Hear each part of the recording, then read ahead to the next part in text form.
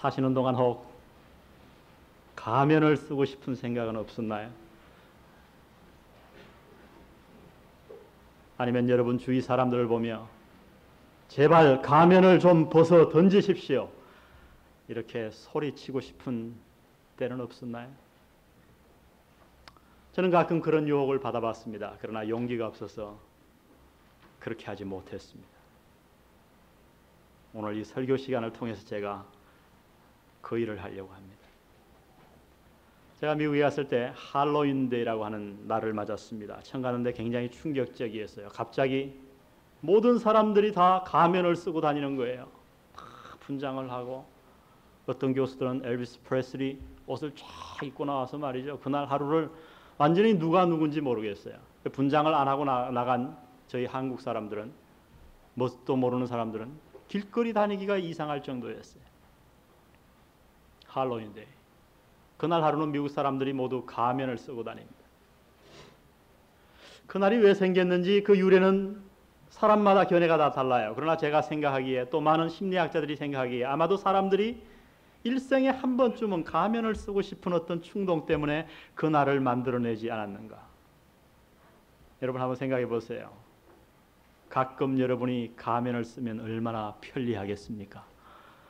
여러분이 웬만한 실수를 하고 웬만한 일을 해도 사람들은 여러분이 누군지를 몰라요. 그래서 그 사람들은 가면을 쓰고 그날 만나서 파티를 합니다. 춤을 추고 별짓을 다 하죠. 그러나 사실 우리가 이러한 실제적 가면은 아닐지 몰라도 우리 모두는 이미 보이지 않는 가면을 조금씩 쓰고 살아가는지도 모르겠습니다.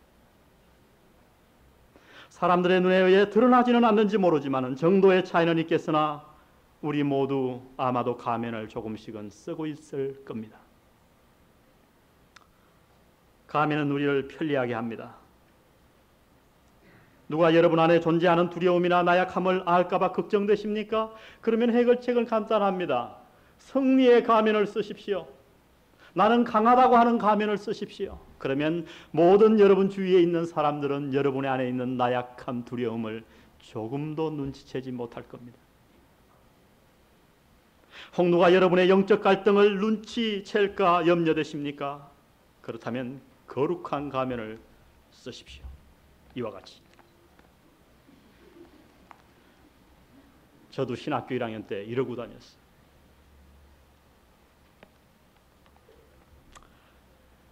때로 어려운 질문을 받았을 때 다 아는 듯 가벼운 미소를 짓고 그렇게 가면을 쓰면 사람들이 얼마나 우리를 유식하게 봅디까.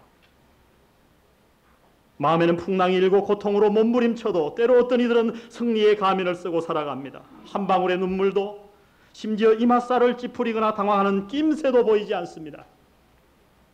아니, 오히려 미소 지으면서 이렇게 얘기합니다. 저는 괜찮습니다. 좋습니다. 저는 항상 믿음 안에서 승리하고 있습니다. 믿음을 가져보세요. 그러나 마음에는 풍랑이 일고 있습니다. 수많은 사람들이 이러한 사람들을 보며 아마도 경건하다, 신앙이 좋다, 위대한 믿음의 사람이라고 찬사를 아끼지 않을지도 모르겠습니다. 그러나 이렇게 편리한 가면에는 몇 가지 중요한 문제가 있습니다. 먼저 그것은 진실이 아니라는 거예요. 이런 가면은 우리를 문제에 직시하게 하기보다는 회피하게 만듭니다. 따라서 그것은 우리에게 자유와 평안을 주기보다는 허풍과 가식의 태도를 점차 갖게 만든다고 하는 겁니다. 더 나쁜 것은 우리가 우리 자신을 번쩍거리는 가면 뒤에 숨기면 숨길수록 멋있게 니스칠한 가면을 이 인생 위에 덧입히면 살면 살수록 우리는 더욱 고독해진다는 사실입니다. 가면을 써보셨나요? 고독해집니다.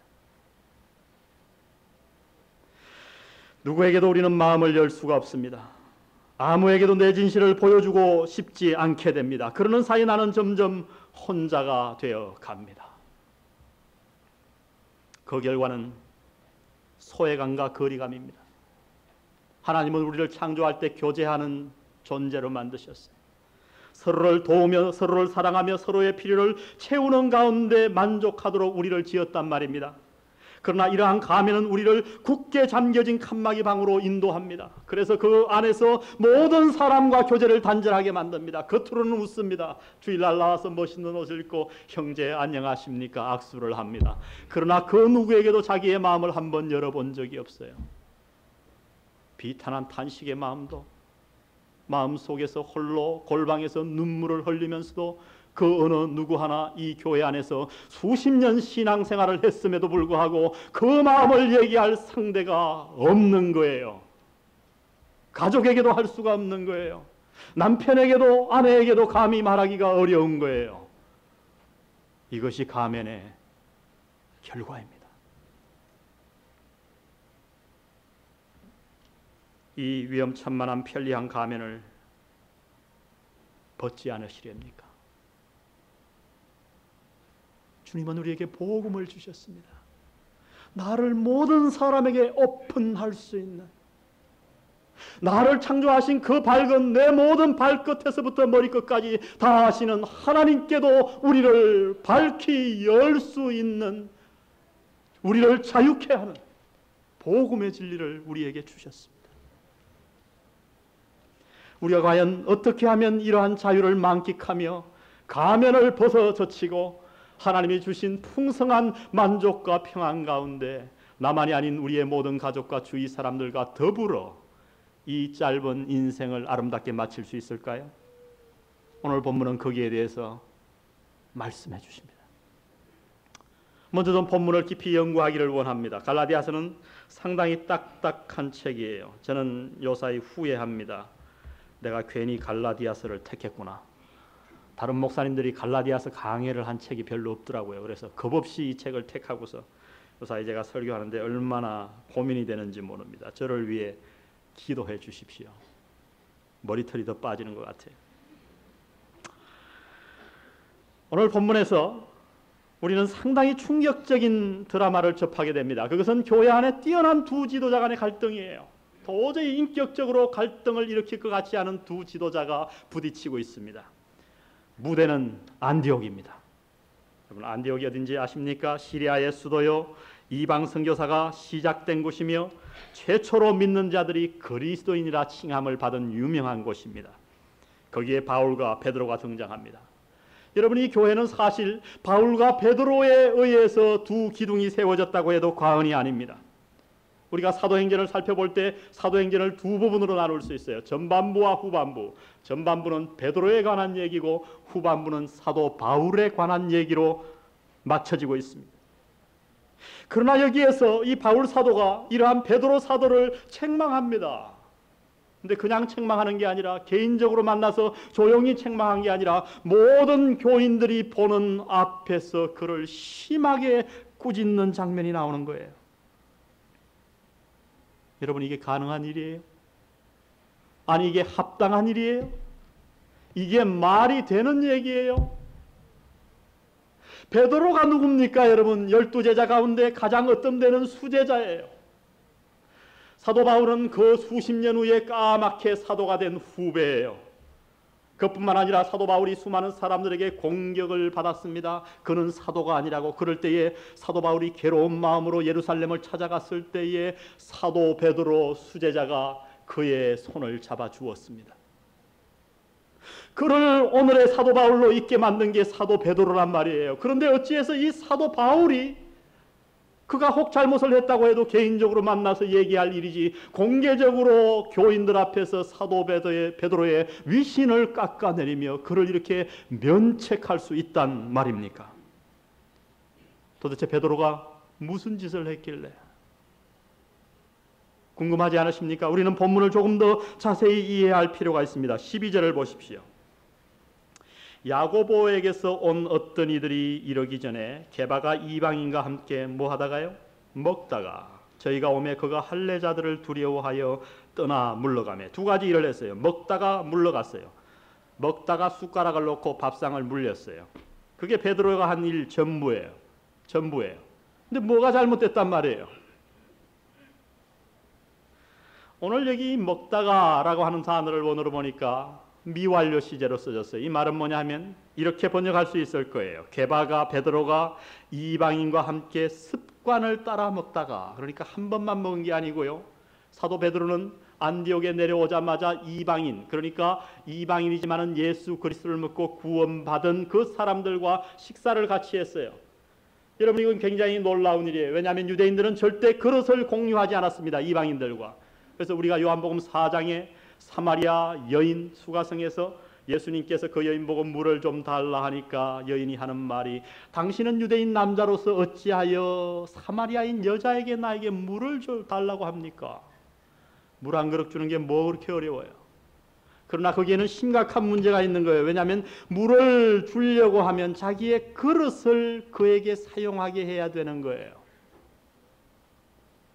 이방인이 만지는 모든 것이 부정하다고 유대인들은 생각했기 때문에 그들과 결코 같이 식사를 할 수가 없었습니다. 그러나 사도 베드로는 복음의 진리를 깨닫고 나서 이방인과 유대인 사이에 담이 없어진 것을 굳게 믿고 안디옥에 와서 그들과 습관을 따라 식사를 하기 시작했다고 성경은 얘기합니다. 그런데 어느 날 예루살렘으로부터 한 무리의 사람들이 내려왔어요. 이 사람들은 누구냐 하면 예수를 자기네 구세주로 믿은 그리스도인이지만은 바리새 출신들이었어요. 그들은 주장하기를 우리가 믿음으로 구원받지만은 그러나 그것만 갖고는 부족하고 이방인들이 그리스도인이 되기 위해서는 할례도 받아야 되고 모세의 율법도 지켜야 한다라고 주장을 했습니다.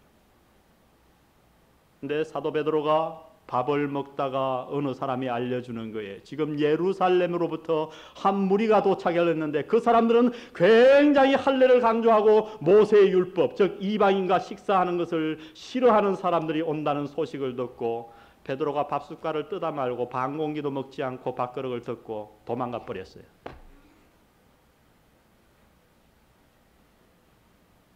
왜요? 왜 베드로가 이렇게 했을까요? 베드로의 확신이 바뀌었습니까? 그가 복음의 확신을 포기한 걸까요? 아니요. 여러분, 우리가 사도행전을 읽어볼 때 우리가 바울 서신, 특히 갈라디아서를 읽을 때는 사도행전을 쌍둥이같이 같이 읽어야 됩니다.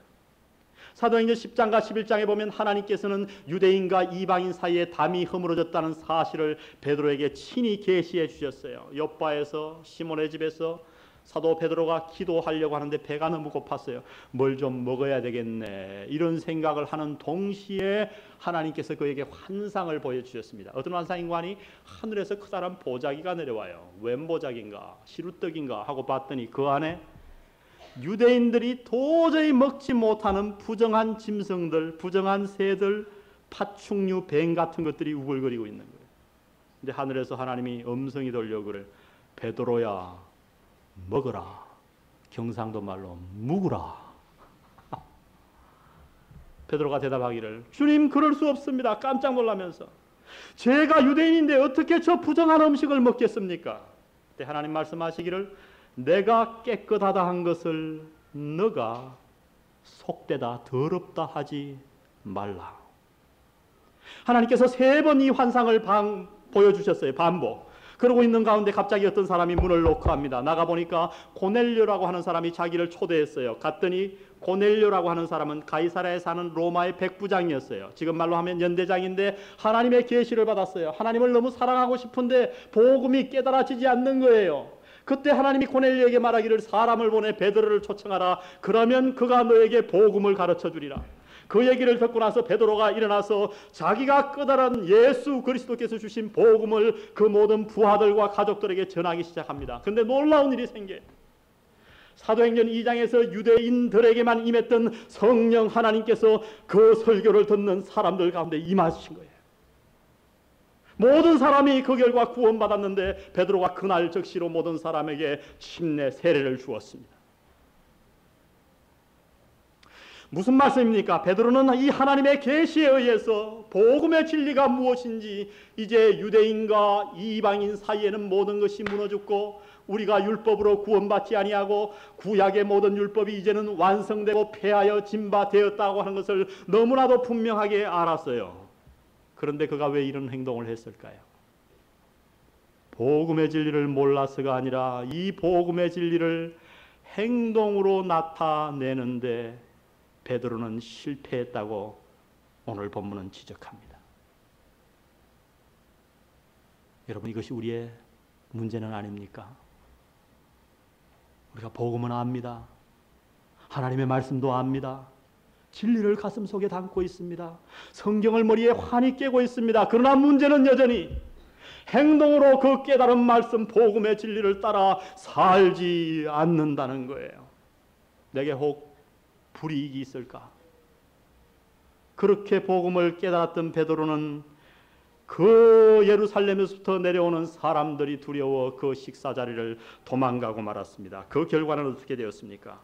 13절을 한번 읽어보겠습니다. 13절 시작.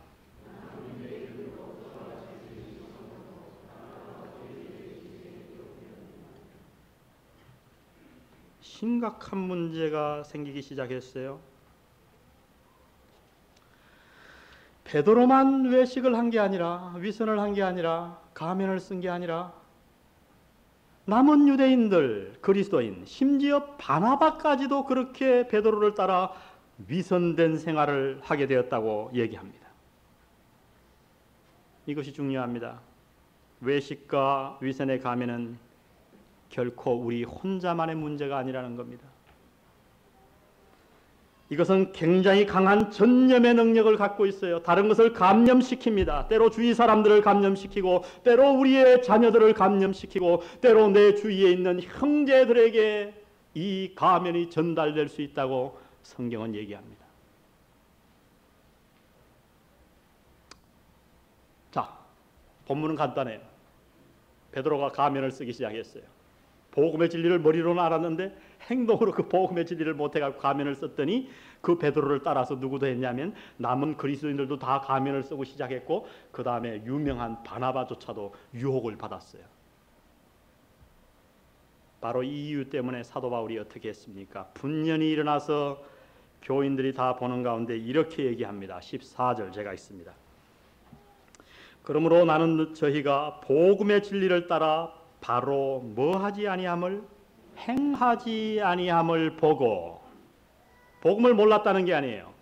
복음의 진리를 따라 행하지 아니함을 보고 모든 자 앞에서 게바에게 이르되, 베드로에게 이르되, 내가 유대인으로서 이방을 쫓고 유대인답게 살지도 아니하면서 어찌하여 억지로 이방인을 유대인답게 살게 하려느냐, 면책을 한 겁니다. 여러분, 사도 바울의 말이 너무 지나친 건 아닙니까? 바울이 혹시 교만해진 건 아닙니까? 혹시 바울이 베드로와 무슨 경쟁의식을 가져서 기회다 하고 베드로를 사정없이 까내리는 건 아닙니까? 도대체 이 바울의 의도가 뭐길래 이렇게까지 심하게 할 수 있단 말입니까? 그 이유는 간단합니다. 여러분, 사도 베드로가 사도 바울이 속이 좁은 사람이 아니었어요. 디도를 할례주지 아니한 사도 바울은 훗날 다른 데에 가서 디모데에게 할례를 줬습니다. 그가 말하기를, 내가 법이 있는 자에게는 법이 있는 자같이, 법이 없는 자에게는 없는 자같이, 율법이 있는 자에게는 율법 있는 자같이, 율법이 없는 자에게는 율법 없는 자같이 행동한다고 자기를 간증했던 사람입니다. 그런데 왜 이 베드로의 잘못에 대해서는 이렇게 공개적으로 책망을 했을까요? 이유는 하나입니다.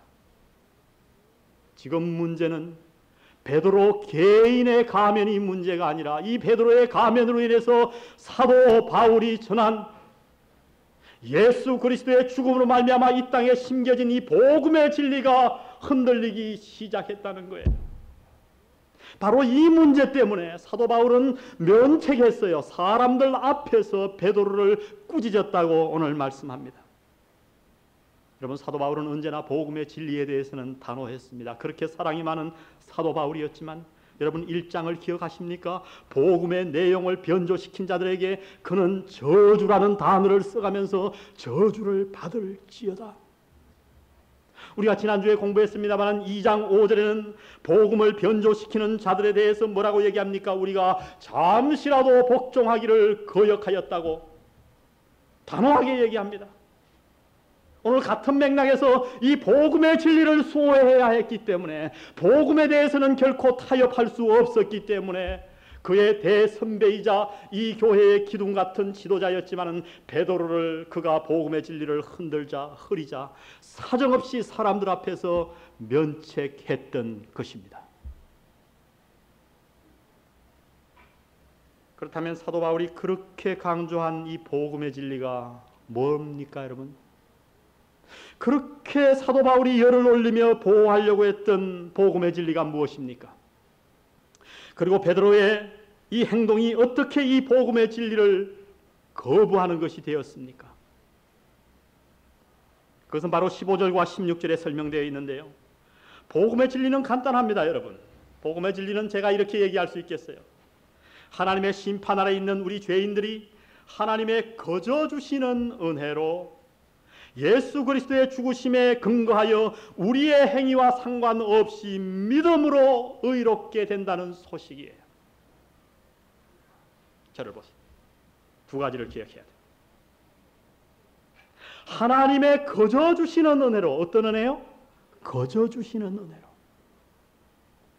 우리의 행위와 전혀 상관없이 우리가 예수 그리스도를 믿기만 하면 우리가 의롭게 된다는 소식. 여러분, 이 말씀을 사람들이 얼마나 많이 오해하는지 모릅니다. 오늘날도 교회 안에서는 여전히 은혜로 구원받는 것을 머리로는 알지만 행동으로는 율법적으로 신앙생활을 하려고 그래요. 지난주에 제가 설교를 그렇게 했는데, 지난주에 한 사람을 만났더니 저보고 그러더라고요. 목사님, 제가 열심히 해서 어떻게든지 하나님의 은혜를 갚아야 될 텐데요. 제가 시간이 없어 설명은 못했지만은요, 제 마음이 아팠어요. 우리가 어떻게 갚아요? 뭘로 갚아요? 이 몸을 다 불살러 준다고 해도 하나님의 은혜를 10,000분의 1이라도 갚을 수 있을 줄 알아요. 여러분, 그렇다면 여러분은 복음을 모르는 거예요. 하나님의 거저 주시는 은혜로 우리가 예수 그리스도가 누구인지, 하나님이 누구인지 알기도 전에 하나님이 우리를 웬일인지 모르게 사랑하셨어요. 그래서 이 땅에 인간의 몸을 입고 오셔서 갈보리 십자가 위에서 내가 달려야 할 그 십자가에 자기가 돌아가셨어요. 그리고 선포하시기를 테텔레스타이, 내가 다 이루었다, 다 갚았다. 너희들이 갚아야 할 죄값을 내가 다 갚았다. 언제요? 내가 하나님을 모를 그때에, 우리가 아직 죄인 되었을 때에 그리스도께서 우리를 위하여 죽으심으로 하나님께서 우리에게 대한 자기의 사랑을 확증하셨느니라. 우리의 행위와 상관없이 거저 주시는 은혜로. 이 말씀을 깨닫고 15절 16절을 보시기를 바랍니다. 제가 15절 읽습니다. 우리는 본래 유대인이요. 우리가 누굴까요? 베드로와 바울, 우리는 본래 유대인이요 이방 죄인이 아니로되 사람이 man 그랬어요. 이거는 그러니까 유대인이거든 이방인이든 잘난 사람이건 못난 사람이건 사람이면 누구든지 사람이 의롭게 되는 것은 율법의 행위에서 난 것이 아니요. 그 다음 다 같이 읽습니다. 시작. 오직 예수 그리스도를 믿음으로 말미암는 줄 아는 거로 우리도 그리스도 예수를 믿나니 이는 우리가 율법의 행위에서 아니고 그리스도를 믿음으로써 의롭다함을 얻으려 함이라. 율법의 행위로서는 의롭다함을 얻을 육체가 없느니라. 아멘.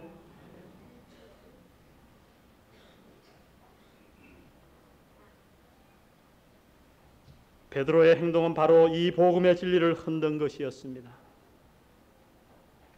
율법주의자들이 오자 그는 행위로 구원받는 것처럼 예수 그리스도를 따라 복음의 진리를 마음에 받았음에도 불구하고 이방인과 식사하는 것이 뭐 대단하다고 그 자리를 물러났던 거예요. 식사 자리를 그만둔 것이 문제가 아니라 그리스도께서 주신 복음의 진리를 흔들리게 했기 때문에 사도 바울은 그를 면책했던 겁니다. 무슨 말씀입니까? 오늘 베드로의 가면뿐만 아니라 우리의 가면이 복음의 진리를 혼탁시킬 수 있다고 성경은 말씀하는 겁니다. 저와 여러분의 이 가면은 무서운 파괴력을 갖고 있습니다. 다른 사람을 전념시킬 뿐만 아니라 오늘 우리가 받은 이 복음의 진리를 흔들 수 있다고 오늘 말씀은 가르쳐 줍니다. 그렇다면 어떻게 우리가 이 가면을 벗을 수 있을까요? 어떻게 복음의 진리대로 살 수 있을까요? 어떻게 하나님께서 거저 주시는 은혜 속에서 우리가 자유를 누리며 만끽하며 기뻐하며 평안 가운데 살 수 있을까요? 오늘 저는 본문을 통해서 몇 가지 짤막한 그 방법과 교훈을 살펴보고 말씀을 마치려고 합니다. 첫 번째 우리 본문에서 우리가 발견해야 할 것은 우리 모두는 가면의 유혹을 받을 수 있다고 하는 겁니다. 오늘 본문에서 우리가 배워야 할 중요한 교훈 가운데 하나는 당신 역시 가면의 유혹으로부터 자유롭지 않다는 거예요. 그것을 인정하시기 바랍니다. 오늘 성경은 무엇을 얘기합니까? 이 얼마나 창피한 얘기예요. 베드로가 얼마나 수치스러운 행동을 했어요. 예수님을 부인했던 베드로, 이제 좀 제대로 된 줄 알았는데 그렇게 뉘우치고 닭이 울 때에 3번이나 울었던 이 베드로가 머리로는 복음을 믿었으나 다시 한번 또 교회 앞에서 부끄러운 일을 했습니다. 차라리 기록하지 않았으면 얼마나 좋겠어요. 근데 왜 기록했어요? 우리를 위한 것인 줄 믿습니다. 베드로가 가면을 썼다면, 바나바가 가면을 썼다면, 이 초대교회 뜨거운 성도들이 가면을 벗어던지지 못했다면 그 가능성은 오늘 우리에게도 남아있음을 인정하시기 바랍니다. 이것을 부인하지 마시기를 부탁드립니다. 아니, 오히려 하나님 안에서 당신이 쓴 가면이 무엇인지를 정직하게 살펴보기를 바랍니다. 오늘 이 말씀을 들으며 주님 앞에 기도하십시오. 주님, 내가 지금 어떤 가면을 쓰고 있습니까? 내 마음은 연약하고 내 신앙은 흔들리고 있지만 여전히 집사라는 가면을 쓰고 있지는 않나요? 때로 저는 이 목사라는 가면을 집어던지고 싶을 때가 많아요. 주님 안에서 우리는 가면으로부터 자유롭지 않음을 인정해야 합니다. 두 번째, 우리가 가면을 벗어던지기 위해서 가져야 할 교훈은 다름 아닌 가면은 주위 사람을 전념시킨다고 하는 사실을 기억하시기 바랍니다. 한번 따라해 보겠습니다. 가면은 주위 사람을 전념시킨다. 이미 말씀드렸어요. 베드로가 가면을 썼더니, 외식했더니 곧 바나바와 다른 성도들이 가면을 쓰기 시작했습니다. 우리 13절을 한번 보실까요? 다 같이 한번 읽겠습니다. 시작.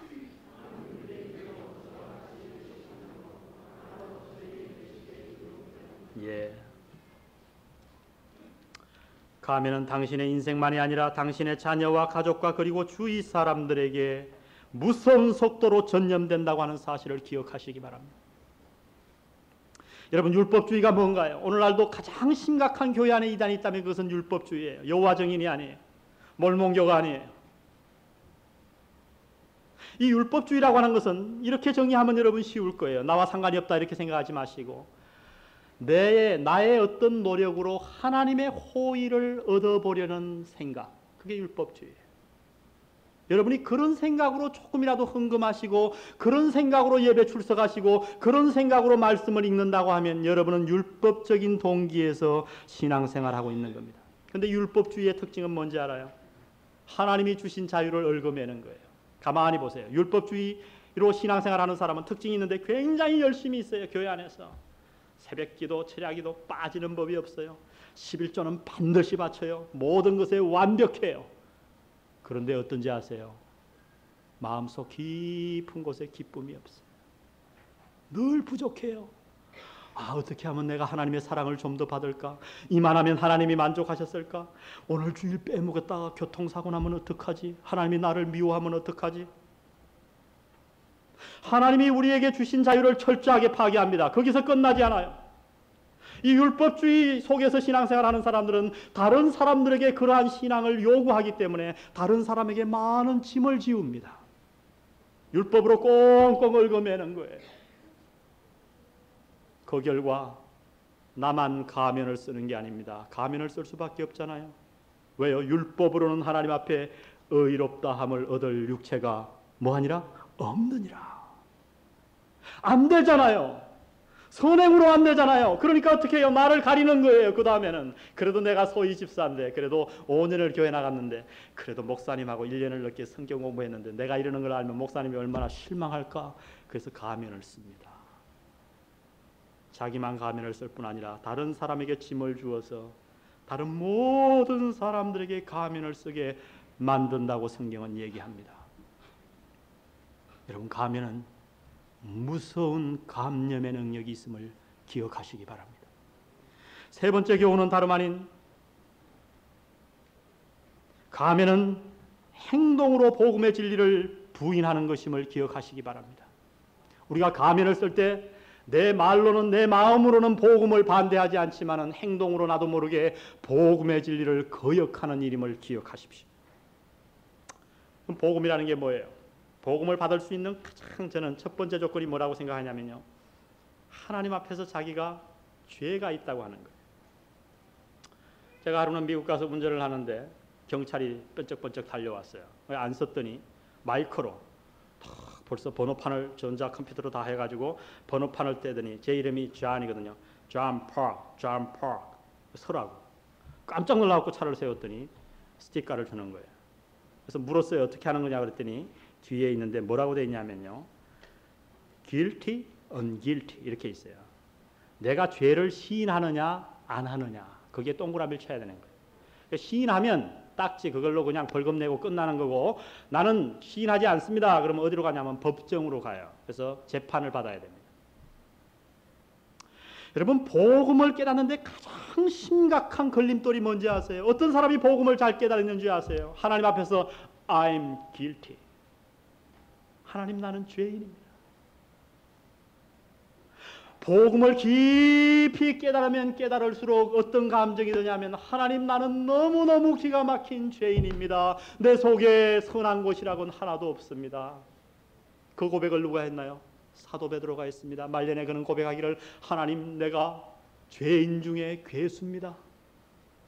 오 아버지여, 내 속에 고민이 있는데 그것은 다름 아닌 내 속에는 선한 것이 하나도 없습니다. 나는 공고한 자입니다. 아버지, 나를 건져주세요. 이것이 사도 바울의 고백이었습니다. 우리가 가면을 쓸 때 바로 이것을 부인하는 거예요. 복음의 진리를 부인하는 거예요. 여러분이 정말 하나님 앞에서 죄인의 괴수같이 느껴진다고 하면 여러분, 가면을 쓸 필요가 뭐가 있나요? 내가 죄인인데요. 내가 죄인이라고 공포하기를, 하나님 앞과 사람 앞에서 공포하기를 나는 부끄러워할 필요가 없는 거예요. 그러나 여러분이 가면을 쓰는 그 순간 말로는 복음을 인정하지만은, 말로는 복음의 진리를 따라 산다고 하지만은 행동으로 이미 복음을 막고 있는 거예요. 뭐예요? 나는 의로워. 그래도 저 전과자보다는 나는 나아. 저 사람 이혼했어? 저 술주정뱅이?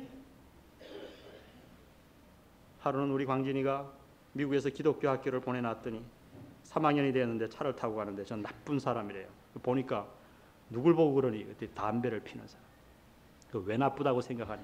아빠 담배 피잖아. 제가 굉장히 야단쳤어요. 여러분, 우리 그리스도인들이 가장 많이 범하는 죄가 뭔지 아세요? 판단의 죄예요. 우리 모두가 다 죄인이에요. 나는 너보다 낫다라고 여러분 여기지 마십시오. 그런 가면을 쓸 필요가 없는 거예요. 제가 이 교회 취임할 때 여러분에게 이미 말씀드렸죠. 제가 여러분보다 영적으로 나아서 앞장서서 여러분을 인도하지 않겠다고요. 저도 여러분과 똑같은 사람이에요. 아니, 더 많은 죄를 짓는지 몰라요. 그러나 우리 모두 부족한 사람이니까 손을 잡고 주님을 따라 나가자고요. 기억하십니까? 가면을 쓰는 것은 이미 나도 모르게 행동으로 복음의 진리를 거부하고 있는 것입니다.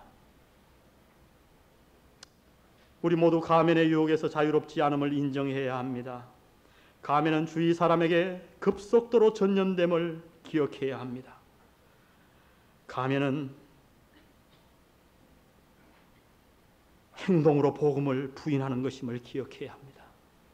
마지막 네 번째 교훈을 여러분에게 드리기를 원합니다. 복음의 진리를 생활에 적용하라는 겁니다. 어떻게 하면 가면을 벗을 수 있을까?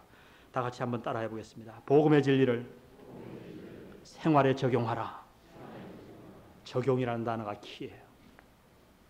복음을 아는 것만으로는 되지 않아요.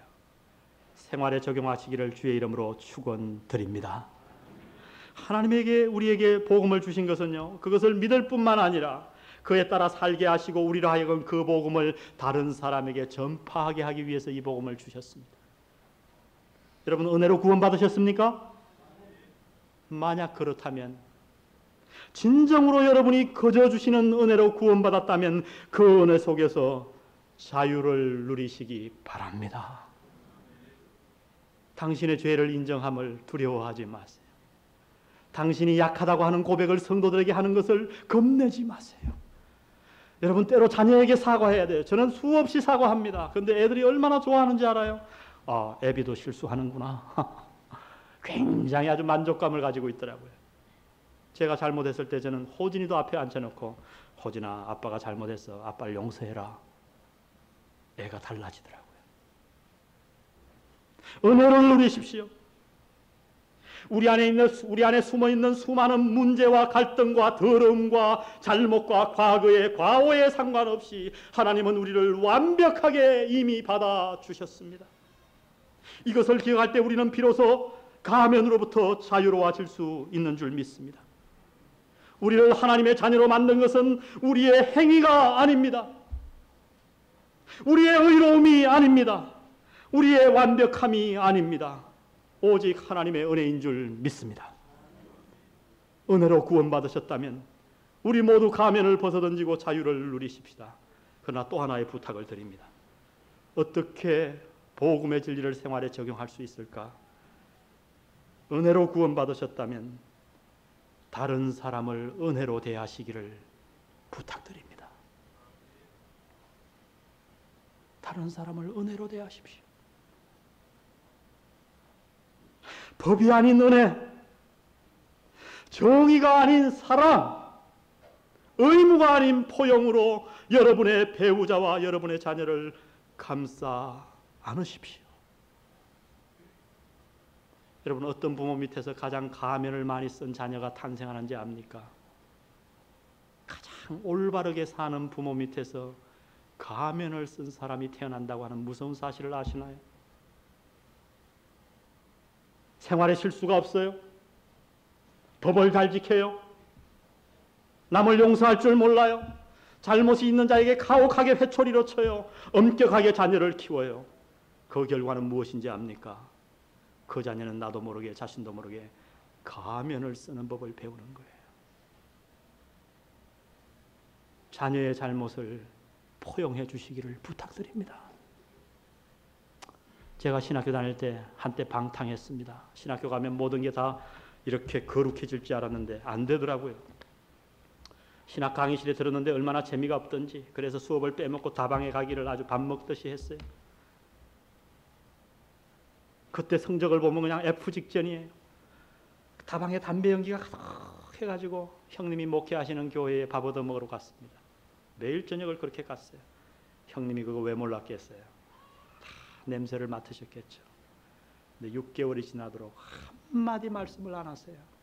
근데 하루는 저를 불러놓고 답답하셨던가 봐요.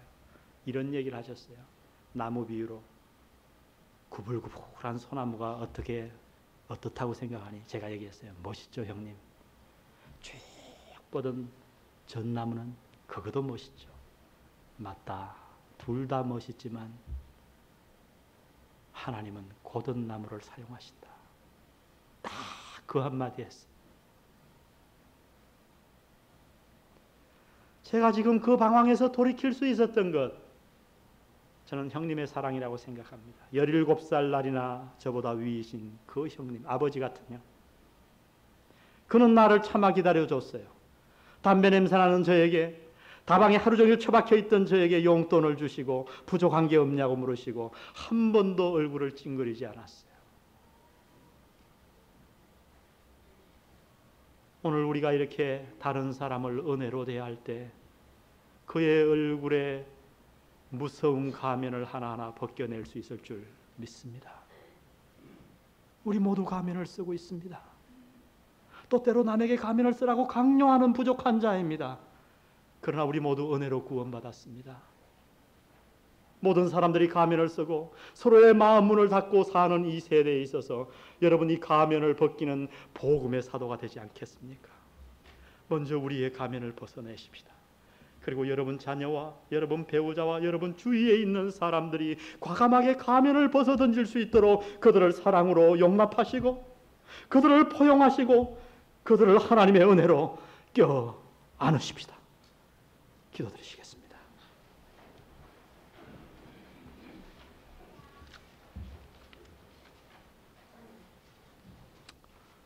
우리 한 1, 2분간 조용하게 기도드리시겠습니다.